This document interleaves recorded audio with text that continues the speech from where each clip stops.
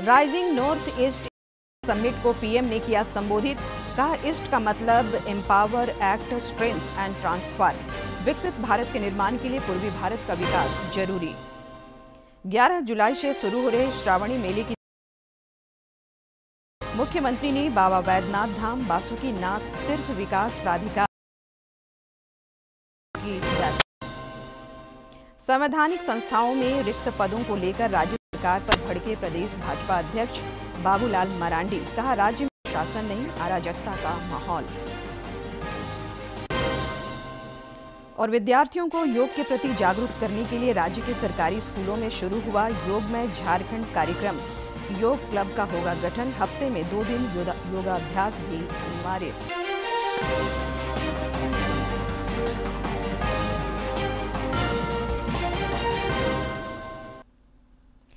नमस्कार, प्रादेशिक समाचार में आपका स्वागत है। मैं हूं संध्या देमता और अब समाचार विस्तार से। प्रधानमंत्री नरेंद्र मोदी ने नई दिल्ली में rising north east investor summit का शुभारंभ किया। इस मौके पर प्रधानमंत्री ने कहा कि विकसित भारत के निर्माण के लिए पूर्वी भारत का विकसित होना बहुत जरूरी है। उन्होंने कहा कि हमारे लिए ईस्ट का मतलब सिर्फ एक दिशा नहीं, बल्कि ईस्ट का मतलब empower, act, strength and transform है।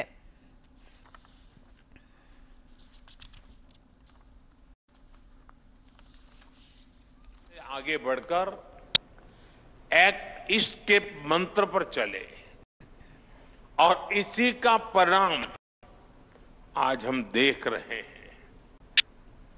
एक समय था जब नॉर्थ ईस्ट को सिर्फ फ्रंटियर रीजन कहा जाता था।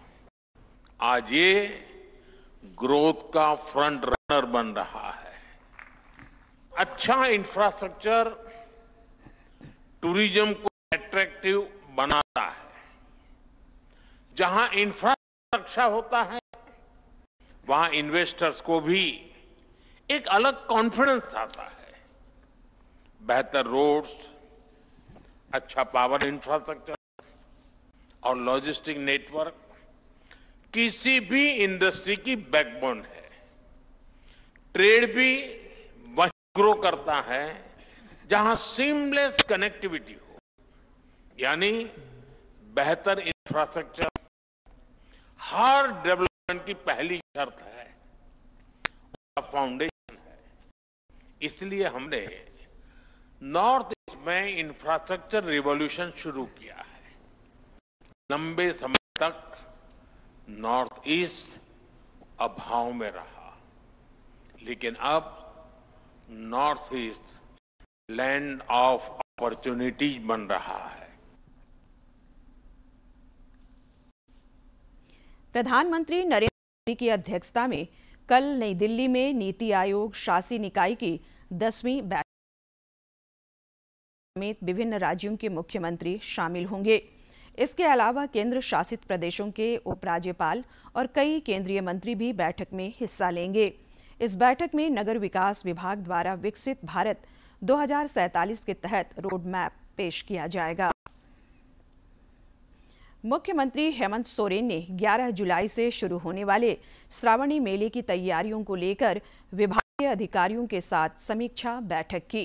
राजधानी के श्री कृष्ण लोक सेवा प्रशासन संस्थान में हुई इस बैठक में पर्यटन मंत्री सुदीव्य कुमार और बाबा वैद्यनाथ धाम बासुकीनाथ तीर्थ क्षेत्र विकास प्राधिकार के प्रतिनिधि भी शामिल हुए। बैठक में मुख्य रूप से बाबा वैद्यनाथ धाम और बासुकीनाथ धाम की यात्रा में शामिल होने वाले श्रद्धालुओं को सुविधाएं मुहैया कराने और विधि व्यवस्था को लेकर विशेष तौर पर चर्चा हुई। इस दौरान मुख्यमंत्री ने अधिकारियों को देश विदेश से आने वाले श्रद्धालुओं और सुविधाओं का पूरा ध्यान रखने का निर्देश दिया। हर साल हम लोगों ने ये त्योहार मनाया है और बहुत सफलतापूर्वक चीजों को पार भी किया है, और इसी आशा उम्मीद के साथ कि इस बार भी हम लोग बहुत बेहतर ढंग से सभी श्रद्धालुओं के इच्छाओं को पूर्ण करने में हम लोग मदद करेंगे। और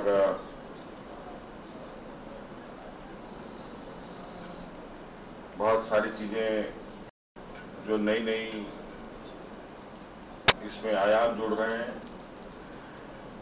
लोगों की तादाद भी बढ़ रही है, उस हिसाब से प्रशासनिक तैयारी भी हो रही है और पर्यटन मंत्री जी भी इस पर व्यक्तिगत रूप से इस पर नजर रखे हुए हैं। मुख्यमंत्री हेमंत सोरेन से आज रांची स्थित आवासीय कार्यालय में ईस्टर्न कमांड हेडक्वार्टर सह डूरंट कप फुटबॉल प्रतियोगिता कमेटी के vice chairman major general Arun Rajesh Moge और 23 इन्फेंट्री डिवीजन के GOC मेजर परमवीर सिंह डागर ने मुलाकात की। इस दौरान उन्होंने मुख्यमंत्री को जमशेदपुर में जुलाई में आयोजित होने वाले डूरंट कप फुटबॉल प्रतियोगिता में शामिल होने के लिए आमंत्रित किया। लोकसभा अध्यक्ष ओम बिरला 25 मई को झारखंड के 2 दिवसीय दौरे पर आ रहे हैं। बतौर लोकसभा स्पीकर पहली बार उनका झारखंड आगमन हो रहा है। वे रांची और जमशेदपुर में कई कार्यक्रमों में शिरकत करेंगे। जमशेदपुर में जहां वे सिंहभूम चैम्बर ऑफ कॉमर्स के प्लेटिनम जुबली समारोह में शामिल होंगे, वहीं रांची में उनके सम्मान में नागरिक अभिनंदन कार्यक्रम आयोजित किया गया है। प्रदेश भाजपा अध्यक्ष बाबूलाल मरांडी ने झारखंड में संवैधानिक संस्थाओं की बहाली और शासन व्यवस्था पर गंभीर सवाल खड़े किए हैं। रांची में पत्रकारों से बातचीत में उन्होंने कहा, राज्य सरकार ने अधिकांश संस्थाओं को निष्क्रिय कर दिया है। भाजपा प्रदेश अध्यक्ष ने एक बार फिर राज्य में संवैधानिक संस्थाओं सरकार की कार्यशैली पर सवाल खड़े किए हैं। उन्होंने कहा कि राज्य में भ्रष्टाचार की शिकायत करने वाली सबसे बड़ी संस्था में 5 वर्षों से लोकायुक्त का पद रिक्त पड़ा है। पिछले 5 वर्ष जहाँ तक मुझे याद है कि पिछले 5 वर्षों से लोकायुक्त पद खाली पड़ा हुआ है, कोई नियुक्ति। उन्होंने कहा कि आयोग, महिला आयोग, उपभोक्ता फोरम में या तो अध्यक्ष की नियुक्ति नहीं हुई है या फिर पूरी संस्था ही निष्क्रिय पड़ी है। झारखंड में पड़ा हुआ है, चाहे लोकायुक्त हो, चाहे सूचना आयोग हो, उपभोक्ता फर्म जैसे संस्था है ना, वर्षों से जहां पर कोई नियुक्तियां नहीं हुई। बाबूलाल मरांडी ने एक बार फिर कहा कि राज्य में डीजीपी का पद खाली है, जिससे अराजक स्थिति पैदा हो गई है। उन्होंने शिक्षा को लेकर भी चिंता जताई है। राज्य के मुख्यमंत्री को इसकी बतानी चाहिए लीगल नहीं है और फिर के बाद वो डीजीपी के पद पर बैठ काम करे, तो ये आश्चर्य है। हिंदुस्तान देश के अंदर में कहीं भी इस प्रकार की स्थिति नहीं है। भाजपा प्रदेश अध्यक्ष बाबूलाल मरांडी ने राज्य की स्थिति को चिंताजनक बताया है और राज्य सरकार से संवैधानिक संस्थाओं को सक्रिय करने की मांग की है। डीडी न्यूज के लिए रांची से प्रताप की रिपोर्ट। इधर भाजपा नेत्री सीता सोरेन ने भी राज्य सरकार की कार्यशैली पर सवाल उठाया है। उन्होंने कहा कि आदिवासियों की हितैषी बनने वाली झारखंड सरकार के राज्य में आज आदिवासी ही सबसे ज्यादा पीड़ित। श्रीमती सोरेन ने कहा कि राज्य में भ्रष्टाचार का बोलबाला है। भ्रष्टाचार तो चरम पर है और जब सत्ता मिलती है तब तक बाद से भ्रष्टाचार हावी हो जाती है। ये जब से झारखंड अलग राज्य बना, झारखंड का ही भाग्य माना जा रहा है। जो भी सत्ता में बैठे हुए लोग इसके बाद असली झारखंडी जो मूलवासी है, झारखंडी है, जो यहाँ पर आदिवासी दबे कुचले लोग हैं, उनका विकास किस तरह से विकास हो, यहाँ नवयुवकों का किस तरह से, युवा वर्ग का किस तरह से झारखंड में विकास हो, नौकरियां मिले, ये सब सारी जो मुद्दों को पूरे तरह से जब सत्ता मिल जाती है तो भूल जाते हैं। रक्षा राज्य मंत्री संजय सेठ इन दिनों मलेशिया के दौरे पर हैं। इस दौरान वे प्रवासी भारतीयों से संवाद भी कर रहे हैं। इसी क्रम में रक्षा राज्य मंत्री ने नारायण स्वामी से मुलाकात की। उन्होंने सोशल मीडिया पर पोस्ट कर कहा कि मलेशिया में प्रवासी भारतीयों से संवाद के दौरान मेरे जीवन के गौरवपूर्ण क्षणों में से एक रहा। आप नेताजी सुभाष चंद्र बोस की भारतीय राष्ट्रीय सेना से जुड़े प्रतिष्ठित व्यक्तित्व हैं। आपसे भारतीय स्वतंत्रता संग्राम के संघर्ष को सुनना अविस्मरणीय बन गया। स्वास्थ्य मंत्री डॉक्टर इरफान अंसारी से इलेक्ट्रो होम्योपैथी प्रैक्टिशनर एसोसिएशन के एक प्रतिनिधिमंडल ने मुलाकात की। इस दौरान प्रतिनिधिमंडल ने स्वास्थ्य मंत्री को विभिन्न समस्याओं से अवगत कराया और एक मांग पत्र सौंपा। इस मौके पर श्री अंसारी ने प्रतिनिधिमंडल को उनकी समस्याओं के समाधान का भरोसा दिलाया। आतंकवाद के मुद्दे पर पाकिस्तान को अंतर्राष्ट्रीय मंचों पर बेनकाब करने के लिए भारतीय प्रतिनिधिमंडल अलग अलग देशों के दौरे पर है। 3 सर्वदलीय प्रतिनिधिमंडल पहले से ही जापान, रूस और यूएई के दौरे पर है। सांसद संजय कुमार झा के नेतृत्व वाला प्रतिनिधिमंडल ने टोक्यो में जापान के पूर्व रक्षा मंत्री और अंतर्राष्ट्रीय ब्यूरो की महानिदेशक से मुलाकात की। संजय कुमार झा ने कहा कि दुनिया में हर आतंकवादी गतिविधि पाकिस्तान से कोई न कोई संबंध होता है। उन्होंने कहा कि आतंकवाद के खिलाफ लड़ाई सबको मिलकर लड़नी होगी। Every terrorist activity in the world has some or other link in Pakistan. So this time our Prime Minister has also said it's a new normal. It's enough is enough. You cannot take any more now. If anything happens to our citizens, we will hit back. We will retaliate. And we came here, as he explained, I come from the state Bihar, where Buddhism born. Buddhism is for ahimsa, for peace. We have the largest Muslim population after Indonesia. देश की सीमा की सुरक्षा में अद्वितीय योगदान देने वाले सीमा सुरक्षा बल बीएसएफ के जांबाज जवानों को सम्मानित करने के लिए आज नई दिल्ली में 22वां अलंकरण समारोह आयोजित हुआ। कार्यक्रम में केंद्रीय गृह मंत्री अमित शाह ने जवानों को सम्मानित किया। इस मौके पर श्री शाह ने कहा कि प्रधानमंत्री की दृढ़ राजनीतिक इच्छा शक्ति, खुफिया एजेंसियों की सटीक जानकारी और सेना की मारक क्षमता के अद्भुत प्रदर्शन से ऑपरेशन सिंदूर को सफलता मिली है।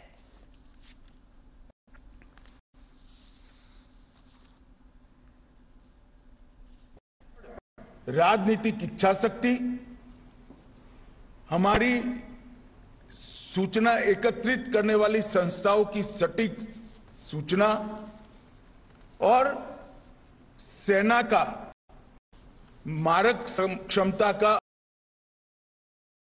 तीनों मिलता है, सिंदूर बनता है। हमारा देश पाक सालों तक कई बड़ी बड़ी घटनाएं पाकिस्तान ने की, मगर इसका जवाब, उचित जवाब नहीं दिया गया। 2014 में नरेंद्र मोदी जी प्रधानमंत्री बने, भारतीय जनता पार्टी के नेतृत्व वाली सरकार बनी और सबसे पहला बड़ा हमला उरी में हमारे जवानों पर किया और हमने सर्जिकल स्ट्राइक कर पहली बार आतंकी ठिकानों में घुसकर आतंकवादियों को जवाब देने का काम उरी के बाद तुरंत किया। राजधानी रांची के डोरंडा इलाके में रहने वाले एक युवक को पाकिस्तानी खुफिया एजेंसी आईएसआई से जुड़े होने के आरोप में गिरफ्तार किया गया है। दिल्ली पुलिस की स्पेशल सेल ने युवक को गिरफ्तार किया है। पकड़े गए आरोपी का नाम अखलाक आजम, जो रांची के डोरंडा स्थित रहमत कॉलोनी का रहने वाला है और ट्रैवल एजेंट का काम करता था। पुलिस ने उसे गिरफ्तार कर तिहाड़ जेल भेज दिया है। इस मामले में पुलिस ने एक और आरोपी को गिरफ्तार किया है, जिसका नाम अंसारुल मियां अंसारी बताया जा रहा है। वो नेपाल का रहने वाला है। दोनों पर आईएसआई के लिए काम करने और देश विरोधी गतिविधियों में शामिल होने का आरोप है। प्रधानमंत्री नरेंद्र मोदी इस महीने की 25 तारीख को आकाशवाणी पर मासिक मन की बात कार्यक्रम में देश विदेश के लोगों के साथ विचार साझा करेंगे। दूरदर्शन, आकाशवाणी के अलावा विभिन्न प्लेटफॉर्म होगा। मन की बात को लेकर 23 सुझाव टोल फ्री नंबर पर किए जा सकते हैं। बात है जन जन की, वर्षों के कुछ किस्से, कहानी कुछ सफलताओं की, अनकही विरासत की, उम्मीदें नए भारत की। महीने के रविवार का रहता है इंतजार, समुद्र के घाट से हिमालय के तक होती है मन की बात प्रधानमंत्री के साथ। तो सुनिए इस महीने 25 मई सुबह 11 बजे मन की बात आकाशवाणी और दूरदर्शन के सभी चैनलों पर और प्रसार भारती के OTT प्लेटफॉर्म वेव्स पर सजीव प्रसारण लाइव स्ट्रीमिंग के माध्यम से। मन की बात के प्रादेशिक भाषाओं में अनुवाद का पुनः प्रसारण आप सुन सकते हैं रात 8 बजे आकाशवाणी और दूरदर्शन के सभी प्रादेशिक चैनलों पर। तो याद रखें 25 मई सुबह 11 बजे मन की बात। स्कूली शिक्षा एवं साक्षरता विभाग ने योग में झारखंड 2025-26 कार्यक्रम शुरू किया है। इसके तहत राज्य के सरकारी स्कूलों में प्रत्येक सप्ताह बुधवार और शनिवार को अनिवार्य रूप से बच्चों को योगाभ्यास कराया जाएगा और इसके लिए स्कूलों में योग क्लब का भी गठन होगा। इसे लेकर सभी जिलों को निर्देश जारी किया गया है। योग में झारखंड के तहत 29 मई से 12 जून तक राज्य स्तरीय योग ओलंपियाड के चयनित प्रतिभागियों को विशेष प्रशिक्षण दिया जाएगा। ये बच्चे कन्याकुमारी में आयोजित होने वाले राष्ट्रीय ओलंपियाड में भाग लेंगे। साथ ही 11 जून को स्कूलों में सामूहिक सूर्य नमस्कार भी आयोजित होगा। 21 को अंतर्राष्ट्रीय योग दिवस पर सभी छात्र सामूहिक योगाभ्यास करेंगे।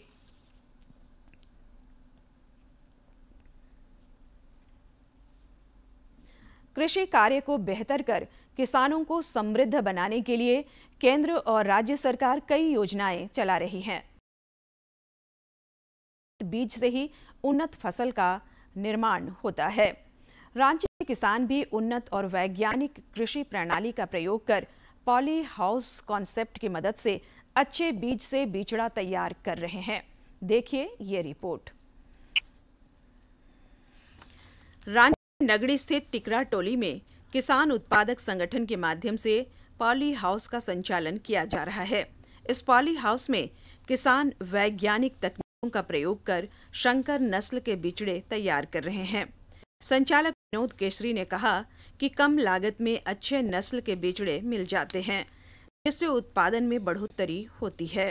खेत में देते हैं, उससे नर्सरी सीडलिंग को जो पौधा तैयार किया जाता है, इससे उन लोग को लाभ अच्छा होता है, ग्रोथ करता है, फल भी अच्छा, फसल अच्छा से मिलता है। सुकरा लोहा और उनकी पत्नी पिछले 17 वर्षों से पॉली हाउस में सीडलिंग तैयार करने का काम कर रहे हैं। उन्होंने बताया कि इसके लिए तकनीकी ज्ञान की जरूरत होती है, जिसके लिए विशेष प्रशिक्षण दिया जाता है। किसान हम लोग को दाना देता है, बीज लाता है, उसको तैयार करके हम लोग देते हैं।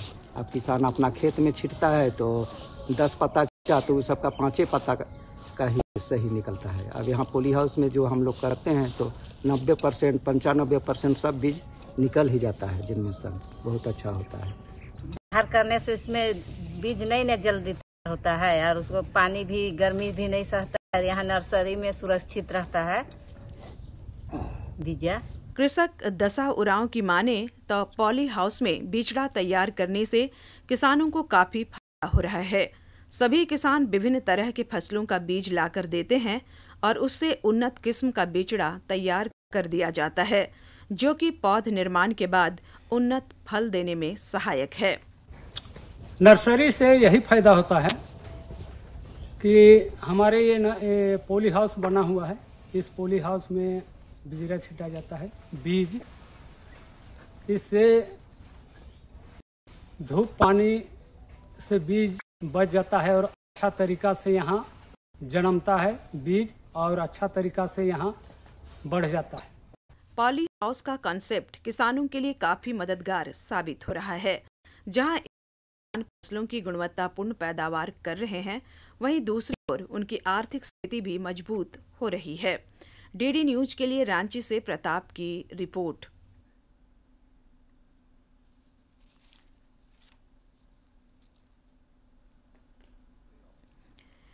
बोकारो के उपायुक्त विजया जाधव ने जिला आपूर्ति विभाग की समीक्षा की।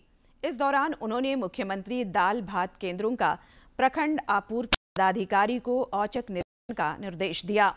साथ ही ई-केवाईसी को पूरा करने और 12 महीने से अधिक राशन नहीं उठाने वाले लाभुकों को चिन्हित कर पीडीएस सूची से नाम हटाने का निर्देश दिया। उन्होंने विभागीय पदाधिकारियों को मई महीने का खाद्यान्न वितरण पूरा करने का भी निर्देश दिया।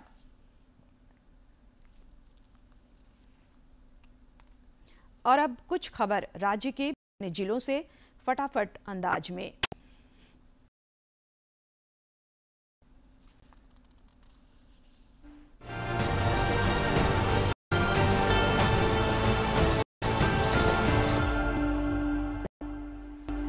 पूर्व मुख्यमंत्री चंपाई सोरेन से उनके आवास पर आज पूर्व विधायक गोविंद हेम्ब्रम ने मुलाकात की। इस दौरान संथाल परगना में आदिवासी अस्तित्व एवं अस्मिता की रक्षा हेतु चल रहे आंदोलन समेत झारखंड से जुड़े विभिन्न विषयों पर चर्चा हुई।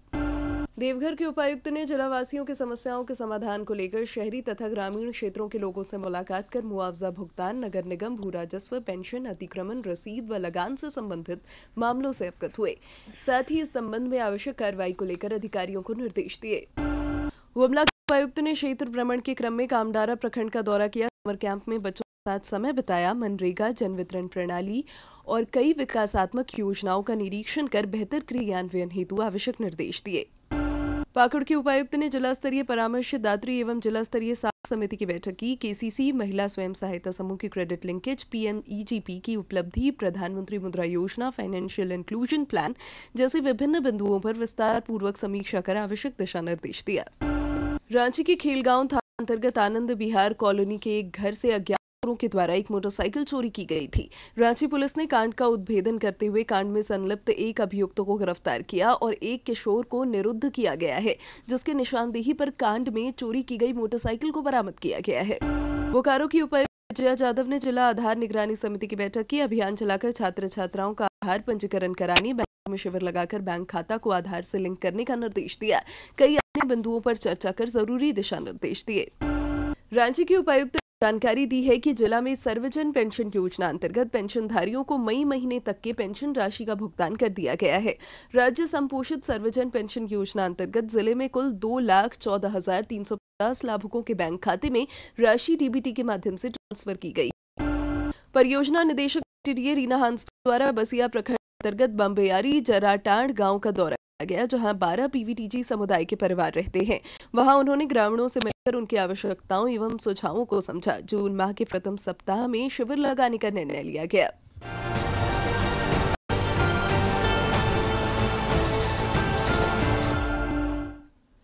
जानकारी मौसम से। राज्य में बारिश से तापमान में गिरावट आई है और लोगों को गर्मी से राहत मिली है। रांची में अधिकतम में कमी आई है और यह लुढ़क कर 30 डिग्री जबकि पलामू में 32 डिग्री सेल्सियस तक आ गया है। इधर राजधानी रांची समेत राज्य के कई इलाकों में आगामी 29 मई तक गरज के साथ हल्के से मध्यम दर्जे की बारिश की संभावना है।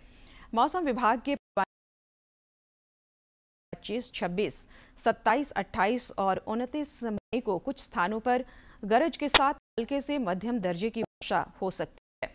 इसे लेकर येलो अलर्ट जारी किया गया है। रांची के धुर्वा स्थित CISF कैंपस में 10 दिवसीय वॉलीबॉल समर कोचिंग कैंप चल रहा है। इस शिविर का आयोजन झारखंड वॉलीबॉल संघ के निर्देशन और CISF रांची तथा आर्ट ऑफ लिविंग के सहयोग से किया गया है। कैंप में CISF कैंपस में रहने वाले बच्चों को वॉलीबॉल की तकनीकी बारीकियों का प्रशिक्षण प्रदान किया जा रहा है ताकि उनकी खेल प्रतिभा को निखारा जा सके। एक नजर डालते हैं आज के इतिहास पर।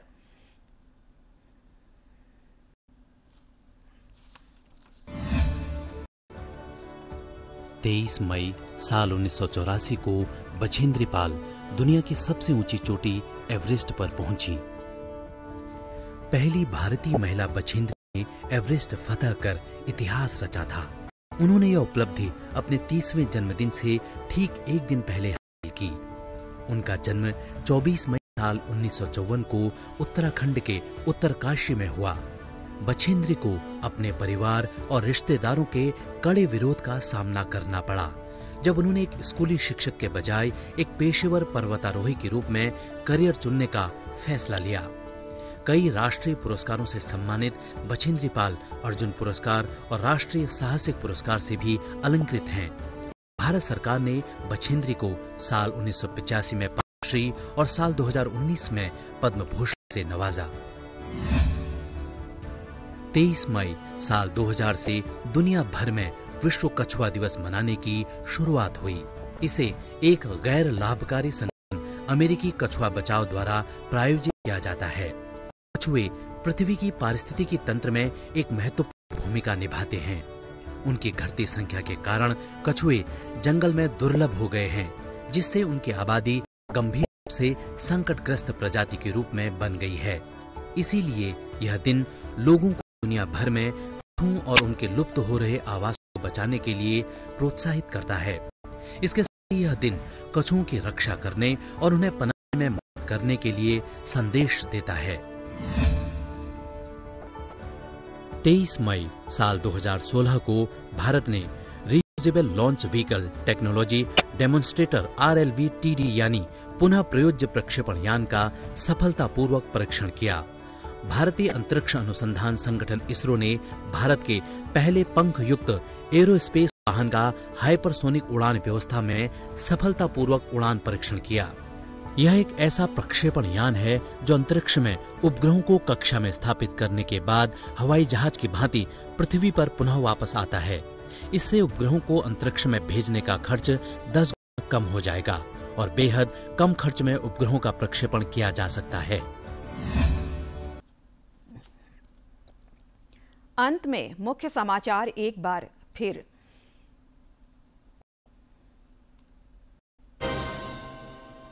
Rising north east investor summit को पीएम ने किया संबोधित। कहा, ईस्ट का मतलब empower, act, strength and transfer. विकसित भारत के निर्माण के लिए पूर्वी भारत का विकास जरूरी। 11 जुलाई से शुरू हो रहे श्रावणी मेले की तैयारियों में जुटी हेमंत सरकार। मुख्यमंत्री ने बाबा बैद्यनाथ बासुकीनाथ तीर्थ विकास प्राधिकार वरीय अधिकारियों के साथ की बैठक। संवैधानिक संस्थाओं के रिक्त पदों को लेकर राज्य सरकार पर भड़ी प्रदेश भाजपा अध्यक्ष बाबूलाल मरांडी। कहा, राज्य में शासन नहीं, अराजकता का माहौल। और विद्यार्थियों को योग के प्रति जागरूक करने के लिए राज्य के सरकारी स्कूलों में शुरू हुआ योगमय झारखंड कार्यक्रम।